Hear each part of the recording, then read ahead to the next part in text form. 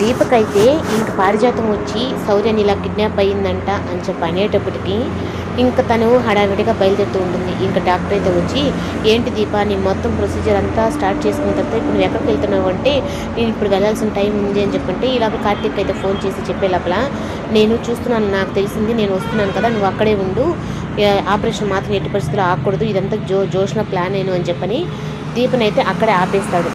ఇంక బయలుదేరి వెళ్ళిన తర్వాత ఇంక వెంటనే ఒక దగ్గర ఉంది అని చెప్పని శౌర్యను కాపాడాలని చెప్పని ఇంకా తీసుకెళ్తూ ఉంటే, ఇంకా రౌడీలైతే ఇంకా దశరథ్ అయితే దీప క్షేమంగా, అలాగే దీప కట్టులో పెట్టి కూడా క్షేమంగా ఉండాలని ఇంకా హోమం చేపిస్తూ ఉంటే ఒక్కసారిగా మంటలైతే పైకి వస్తాయి.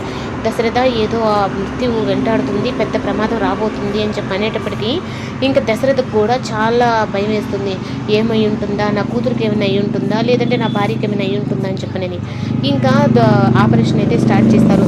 ఒక పక్క దీప అయితే శౌర్య కోసం తను ఏడుస్తూ ఉంటే, ఇంకా జోష్న అయితే దీప ఏం చేస్తుందా ఏంటా ప్రతి ఒక్క అబ్జర్వేషన్ నాకు చెప్పాలి అని అంటుంది. ఈ ఆపరేషన్ పూర్తయ్యేంత వరకు శౌర్య తనకి కనిపించదు అనేటప్పటికీ ఇంకా పారిజాతంకైతే ఈ జోష్న చెప్పింది నిజమేనా, ఒకవేళ దీపేనా సుమిత్ర వాళ్ళ కూతురు, ఈ జోష్న అందుకే నాటకం ఆడుతుందా అంటే నాకు చెప్పకుండా అని చెప్పన్నట్టుగా ఉంటుంది. ఇంకా ప్రతి ఒక్క 5 నిమిషాలకు వచ్చి దీపని ఎంక్వైరీ చేస్తూ ఉంటుంది. ఏంటి ఇంకా నీకు ఇంకా ట్రీట్మెంట్ స్టార్ట్ చేయలేదా ఏంటి అంటే, నీకు ఎలా తెలిసిపోయిందా, లేకపోతే ఏంది ఇలా మాట్లాడుతుంది ఈమె అని చెప్పని తను అనుకుంటుంది. ఇంకా అలా అనుకుంటూ ఉంటే ఈ లోపల ఇంకా సుమిత్ర అయితే నా కూతురు కానీ నా కూతుర్ని నాకు దూరం చేయాలి అనుకుంటే నేను బ్రతకను అన్న మాట అయితే దశరథకి అర్థమవుతుంది.